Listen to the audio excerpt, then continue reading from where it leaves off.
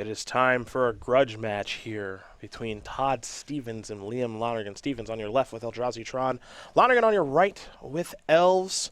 For the 20-year-old from New Jersey, he won himself an invitational to qualify for this tournament. For Todd Stevens, a year's worth of work. Remember, these players do not have access to each other's deck lists. This is a little bit of the secretive part of the tournament here in the grudge match. Liam is on 4 cards right now, and I'm not entirely sure he's going to like what he sees on the other side of the table, as Todd Stevens is going to start off with an Urza's Mine and an Expedition map. And this matchup, I would say even more rough than your traditional Tron decks, because something like Wormcoil Engine, not really good in a large percentage of games against Elves, but Endbringer as a payoff card, just awesome. Here's a Ghost Quarter, and now Spatial Contortion will take care of the Elvish Mystic. Lonergan started things off with the Mystic and a Horizon Canopy, so he's already down to 19, and all he can do is pass the turn back. Stevens will draw. Thought Knot Seer is what he's found. A couple copies of Waste in hand, and you mentioned Endbringer. It's already there for Stevens. For Lonergan, he's got a couple copies of Eclectic Company and Azuri in hand. Stevens will just play another Ghost Quarter and pass the turn back. Lonergan will draw and pass. We'll see Stevens crack the Expedition map. He's going to go for an Eldrazi Temple. That's worth writing down, which is what Lonergan is going to do right now. We'll get an idea exactly what Stevens is working with here. In lieu of assembling Tron, this is kind of the next best route. It's not as powerful as having Tron online, but certainly a nice little boost of mana here. Stevens will play that temple that he searched for. I'm going to generate 2 mana off of it, and now here is the Thought Knot Seer. The hand, 3 Collected Companies, an Azuri, and a Court of Calling. That is not functional at all. I mean, I know it's not really an option, but I think I would say just keep them. Just keep them all. It's fine. Got to get locked out by Endbringer. I guess Azuri is kind of the route to get around Endbringer to a degree. Yeah. But it doesn't really matter. Stevens has got to be thrilled with the hand that he saw over there. The draw there from Lonergan. The Llanowar Elves. He'll play that, fall down to 18, but he's going to start getting beaten down here, and Endbringer is going to come here in just a moment. Stevens will draw. Picked up a copy of Urza's Tower. An attack for 4 is going to bring Lonergan down to 14. Urza's Tower is land number 5, and more importantly, mana number 6 for Endbringer. Aptly named. It's like a big pirate ship, basically. That's how I would describe it. Lonergan will draw a card. It might be his last one for this particular game, as there is another Llanowar Well, we're Elves. about to see what this does. Sure. I've been here before. Endbringer's got a lot of text. Most importantly right now, deals 1 damage to target creature or player. It's going to start by taking care of that Llanowar Elves. Here comes Thought Knot Seer. But it also untaps during each other player's untap step as well. So that other Llanowar Elves, not long for this world. Yep. Really good against one-touch creature. Yeah. Really good. Gonna get you a raise, don't worry. You earned it. Now here's a Hangerback Walker. We're all set. It was the Hangerback Walker that did it, not the Endbringer. Right. Just so that we're clear, it was the Hangerback Walker. Todd Stevens, very well dressed here this afternoon. Always dressed well. In the Players' Championship, I mean, if you're going to get done up for one event a year, why not this? Absolutely. He is very quickly up a game here over Liam Lonergan. Eldrazi Tron, an unorthodox choice, wins very easily game number 1 against Elves. So we get ready to take a look at the sideboards here. Now, it's funny because Stevens is in such a good spot. I don't know if he needs a sideboard much. We'll see in just a second. We'll start with Liam, though. A Phyrexian Revoker, an Aven Mind Censor, a Burrington Forge Tender, along with Chameleon Colossus and Elvish Champion. 2 Kitchen Finks, 2 Fracturing Gust, 2 Path Exile, then a Kataki War's Wage, a Malerious Sylvok Outcast, a Selfless Spirit, and Eidolon of Rhetoric. It's a tough matchup here for Liam. So I think he wants a little bit of interaction here. I think the 2 copies of Path to Exile are certainly going to be coming in. And I think I like the Elvish Champion in this matchup, too.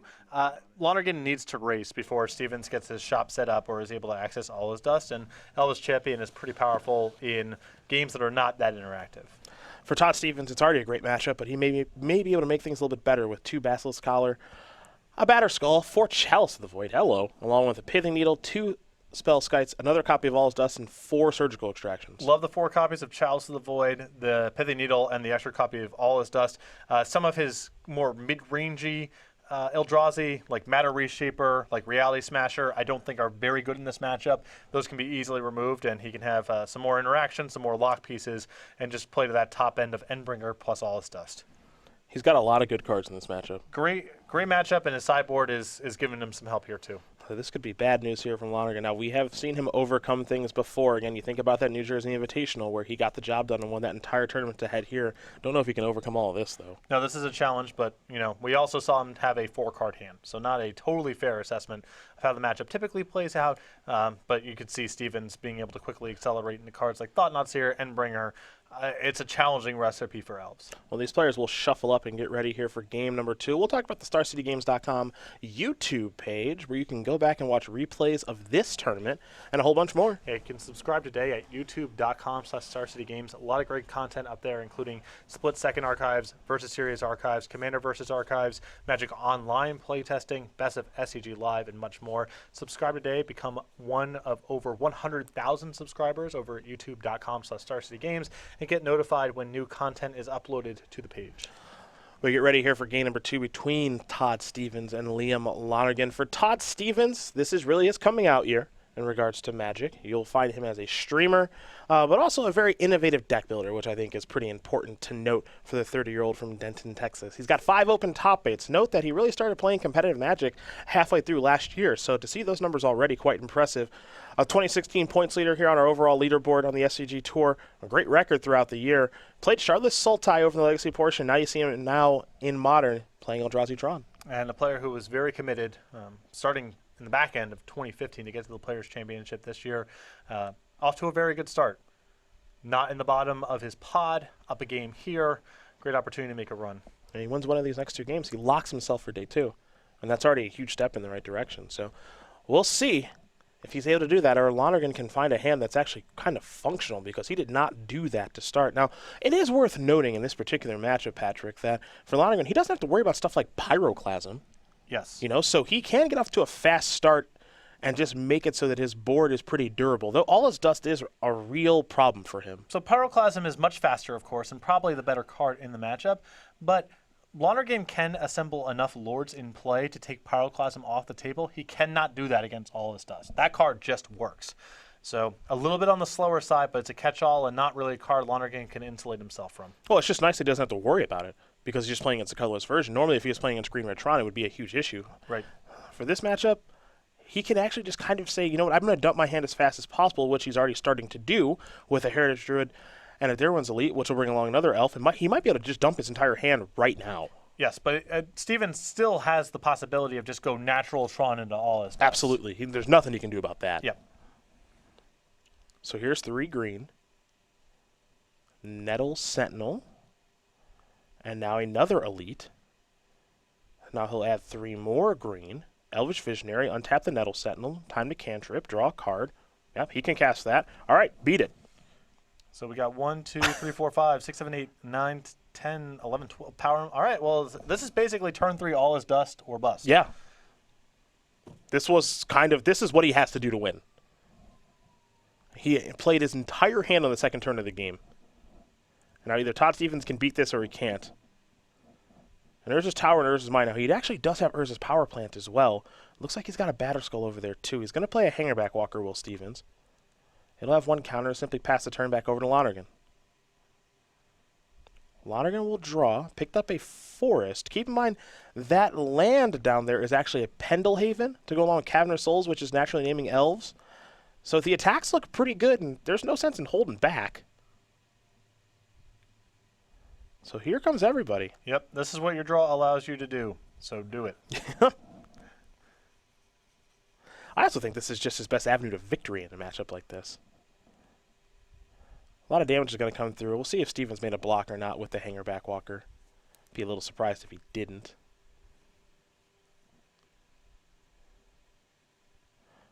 It looks like, yeah, there it goes. He'll have a Thopter on the way here in just a moment. And Stevens will draw. Is all his dust in the cards here? There's a Power Plant. So Tron is online. Looks like he's going to go to Batterskull. Trigger will bring along a Germ Token. So Batterskull represents 4 plus whatever power it's absorbing off the table. So we call that 6. But if he can block out of this turn, then things get very good, because he can go offense, defense with the Batterskull. Yep. Now Stevens is looking at Chalice of the Void that he could have played for 1, but he elected not to. So now we go back over to Lonergan. Batterskull could cause an issue here for Liam. He'll draw a card, Collected Company. And Collected Company into a Lord is one of the better ways to push through this Batterskull here. Mm-hmm. I do not believe he has any copies of... He has one copy of Reclamation Sage, too, which is, of course, would be a huge hit here. Oh, yeah. And you have to imagine it's still in his deck. Yeah, there's enough artifacts, I think. Opportunity cost is fairly low. He's got to fight over Chalice of the Void anyway. And he's just going to pass the turn back. He's not going to main phase the Collected Company. Spatial Contortion the draw here for Stevens. I'm curious, does Stevens want to get to 8 mana and play a Chalice for 4? Is that part of the plan here? He does cut off his own Thought-Knot Seers. But if he makes Lonergan play at sorcery speed, the game's a lot easier to manage. Batterskull's going to come in here. Lonergan's going to take the 4. I think Liam, I'm curious to see what the plan is here on both sides. 13 to 16. Mattery Shaper here in Stevens' hand that he can deploy. There's Eldrazi Temple.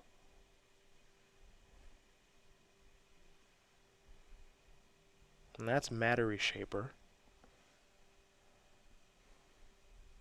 Still has that Chalice, couple of lands in the Spatial Contortion. And Stevens just passed the turn back with the removal spell at the ready. Here's Collected Company. He'll play that. It was a green spell for Nettle Sentinel. Not sure if he missed the trigger or not. It's not untapping just yet. Not a lot doing there with the Collected Company. Heritage Druid and Land of War Elves. Yeah. Not all that exciting. Just some mana. Mm-hmm.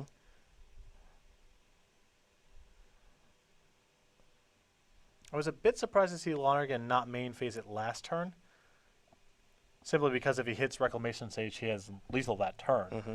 Stevens picking up 4 life is no small thing. You see Lonergan realizing a mistake there, not untapping the Nettle Sentinel with the Collected Company trigger for the Nettle Sentinel. So that one doesn't get to untap. Didn't get a great look at his draw step here either. Probably not a huge cost here because he can't really attack in the spot unless he draws particular green spells anyway. Mm-hmm. But still, ideally not the time and place to be making mistakes like that. Now the question is, are there any good attacks here? Has he found an Azuri? Has he found anything else to do? He's tapping mana, so it sounds like he found something. All right, another Company. Untap the Nettle Sentinel. Some nice draws here back to back. Azuri is 1. There's a couple of them in there. Path to Exile not going to help too much. What's the other one he found? Reclamation Sage. Okay, well, those are the 2 best ones. Those are the best ones. Yeah. So that's there you go. Pretty good. Yep, those play. There goes Batterskull. Now can he leave enough mana to be able to activate Azuri as well? I have to imagine the answer is yes. Some of these elves can't attack, of course. So here's 3, 4, 5. Activate Azuri, a little overrun action. And, yeah, I think Todd Stevens is dead. Pretty close to dead. He can Spatial Contortion something. Sure. This is still a lot of damage. Yes, it is. 3 times 1, 2, 3, 4, 18, 20. Yeah, this is way over. Yeah, that is more than enough. Liam Lonergan with some timely Collected Companies will win game number 2 here over Todd Stevens. Elves and Eldrazi Tron getting ready here for game number 3. Little smile.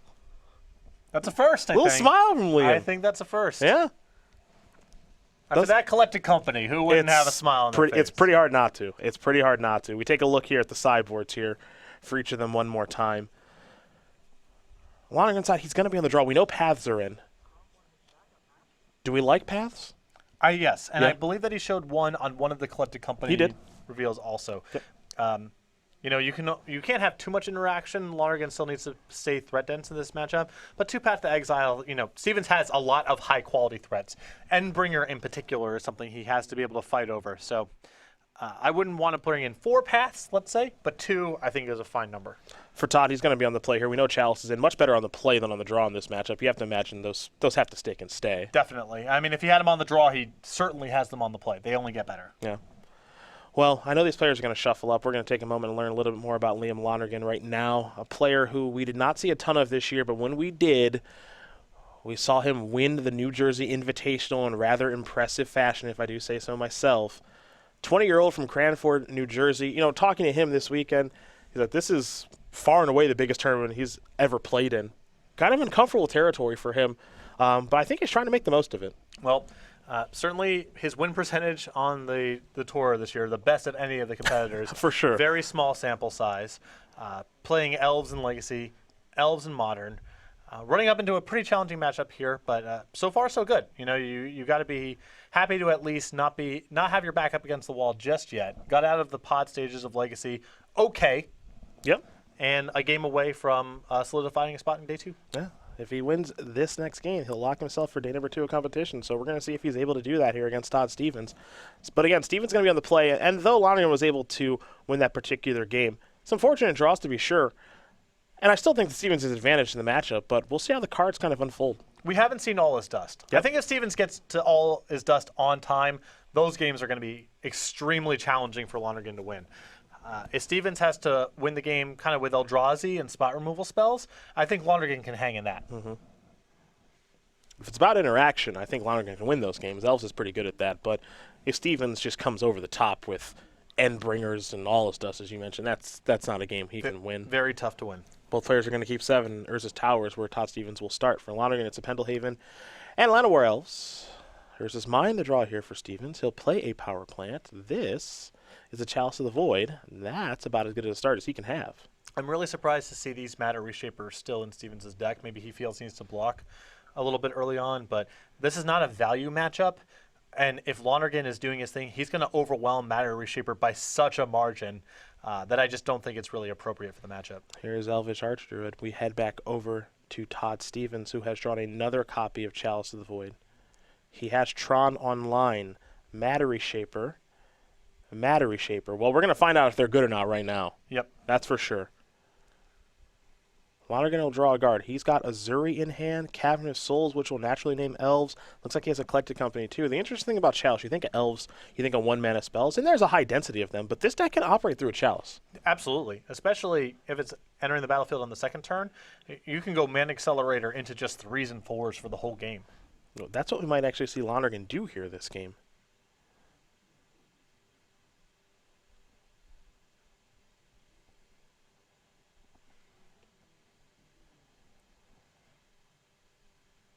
Like I said before, I think Reality Smasher and Matter Reshaper are more for value matchups. They're for the Juns of the world. Mm-hmm. I don't think they pull a lot of weight here. And you can see Lonergan's just assembling his battlefield. And when he's ready to go, he's going to go way over the top of those. Well, here's Dirwin's Elite. So, yeah, he's trying to go over the top in a big way. He'll make an Elf, which is a token of himself. And he'll pass the turn back. Thought Not Seer the draw. That's a good card, but I don't know if it's good enough right now. Stevens, no real good attacks to be had here. Maybe I'm wrong about that. Maybe he wants to get a little more aggressive. With drawing a Thought Not Seer, he may be able to afford to send in one of the Reality Shapers. He's feeling so inclined. Or the Matter Shaper, rather. Yeah. I just wouldn't. I don't know. It's tough. It's tough because I know what's going on in Liam's hand. Mm-hmm. So that's what Liam wants him to do. I'll say that. Looks like Stevens may be contemplating just going to one of these chalices, cut off some of the top end. Oh, we're going to see Thought Knots here first. I think Liam will have a response. Hand right now is Azuri, Collected Company, Cavern of Souls, and a Spellskite. He's got 2 good cards in hand. Company is one, Azuri is the other. But here is Collected Company. Yeah, I think this is the most powerful card in hand, and why give Stevens the option? There's 6 cards. Elvish Visionary and a Nettle Sentinel, probably the best of the bunch. Yeah, Lonergan's doing just fine on mana, and I think he just needs more cards to work with. Trigger, draw a card from Elvish Visionary, and now resolve the Thought Knots here. Azuri and Spellskite, along with a Forest and a Cavern of Souls. I think this is pretty straightforward here to take Azuri out of this hand, and now Lonergan's in a holding pattern, not in a position to attack, and Stevens drawing to several haymakers. Especially, again, all his dust. That's game over. total backbreaker at this point. Yep. That would take care of things very quickly.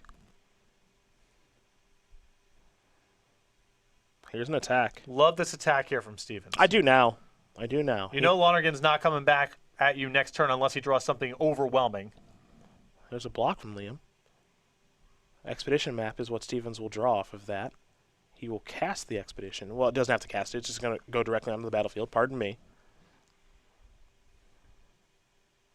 It is worth noting that Lonergan did go by both his Path to Exiles with that Collected Company. He'll draw a card now. It's a forest.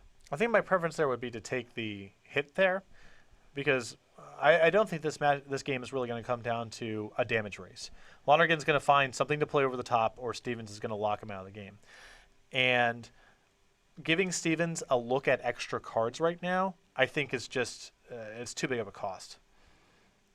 What's interesting is because these players don't have each other's deck lists, Liam doesn't know how big of a cost it is. And I would much rather just be cracking back with everything this turn rather than trying to block the Matter Reshapers. If that's the road you want to go down to. If you were willing to trade with the Matter Reshapers. I think if I was in Lonergan's position, I would just take 3 for a couple turns here, because Stevens is drawing to some very powerful cards right now, and I don't want to give him extra looks. Yeah, use the life total as a resource. Here's a spell skite. And also, you're a critical mass deck. You have Elvish Archdruid. You have Azuri in your deck. Every elf can matter if you draw one of the right cards. Yep. Court of Calling, too. Right. That's another great example. Yep. Well, here come a couple of creatures. This attack a little surprising. Those are 3/3s that are attacking. And Stevens knows that Lonergan's... He knows he's on air unless you drew something big here. Yeah, he doesn't know one of the cards, I believe. If anything, I really want to block with the Matter Reshaper. Well, that's certainly for you. I mean, this attack only gets justified by Court of Calling.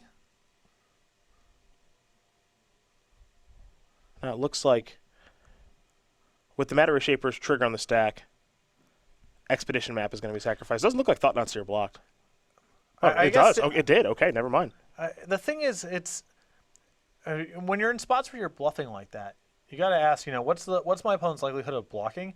And blocking with the Matter Reshaper is such a freebie that he's going to block, especially because he knows your hand and doesn't have very much going on. And also, if you happen to draw something really big that turn, you probably would have just attacked with everything. Sure. So it just doesn't line up. Stevens is in a great position to block, even if he respects the possibility of Lonergan having drawn a big card. And Lonergan's turn was kind of weird to begin with, had he drawn something big. So it just doesn't line up, and Stevens makes a pretty straightforward block.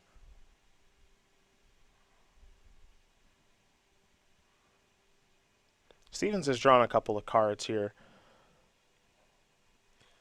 Hangerback Walker, Matter Reshaper. Excuse me, Hangerback Walker off of Matter Reshaper, a couple of lands as well. One of the things that doesn't work great for Stevens' deck is the fact that Expedition Map doesn't find anything like Ivugan. Obviously, that card's banned.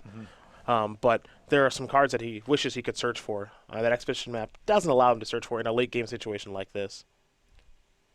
Here's Chalice. I think this is for 3. That'll take care of Azuri. A lot of big cards. Elvish Archdruid, Reclamation Sage. A lot of big cards. Also worth noting, Todd Stevens' life total, a healthy 20 as Lonergan will draw. Picked up another copy of Collected Company on the upkeep. And excuse me, let's say it's the draw step.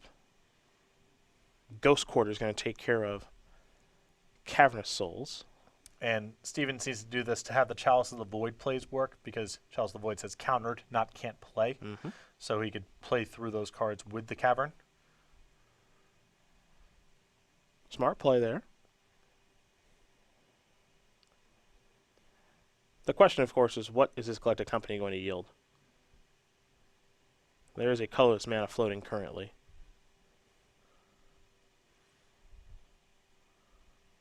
And this is where I think the block and then the subsequent attack are really going to punish Lonergan. Because if he had those 3 creatures still in play, if he spikes a Lord of some sort off of the Collected Company, he might be in a position simply to go wide around the Thought-Knot Seer.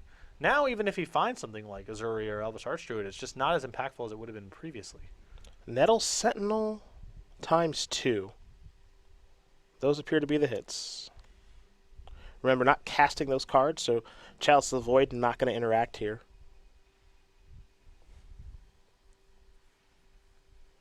Lonergan will play a Forest to go along with the untapped Pendlehaven. And pass the turn. We're going to go over to Todd. Or is his power plant to draw? He'll play a Mine. And now he can cast Hangerback Walker for a pretty large amount, so he's going to do that. That'll be for 5. And that'll be Stevens' turn. We'll head back over to Lonergan, your New Jersey Invitational champion. He'll play a Cavernous Souls. And Zuri through the cavern. Okay. Yeah. Not a bad set of draws these last few turns. And all right, so let's do some math here. 3 times 15, 16, 17, 18, 19, 20, 21, and then the Lord is another. Yeah. I don't know if it's exactly lethal yet. 15, 16, 20, 21, 22, 23, 25, 27 coming across, and it tramples against 9 toughness. So Stevens can block out. But if Lonergan had more creatures in play, this would be lethal. This would be game over right now. This would be game over right now. Yeah. As it stands, I think Stevens is going to get one crack at All Is Dust. And Endbringer is much too slow now. That's off the table for numerous reasons. Right. Only blocks one thing, too small, doesn't count.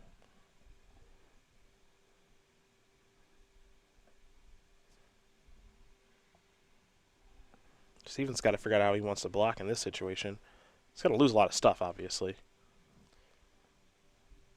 I don't think he has access to a block. At the minimum, everything attacking becomes a 5/5. It goes 2/2 to 5/5. So the Thought-Knot Seer can't. There's no trading to be done, even. It's just getting run over. Well, we're going to see how much damage is going to come through. There will be an Azuri activation. We know that. 1, 2, 3. I'm seeing how much Archer is. I think he might be able to double activate. If he can double activate, yeah, then that's going to do it. Yep. That is going to do it. Liam Lonergan is going to win this match here over Todd Stevens, 2-1. Elves is going to overcome Eldrazi. And for the New Jersey Invitational champion, he has just locked himself into day number 2. He will head over to the Battle for Buys pod, and we'll see where things will start for him a little bit later in the day. Having some flashbacks to the Invitational where things looked like they were going poorly for Lonergan, and then Collected Company into Azuri is just, oh, no, never mind. That opponent's dead by 27 points or whatever. Yeah, it's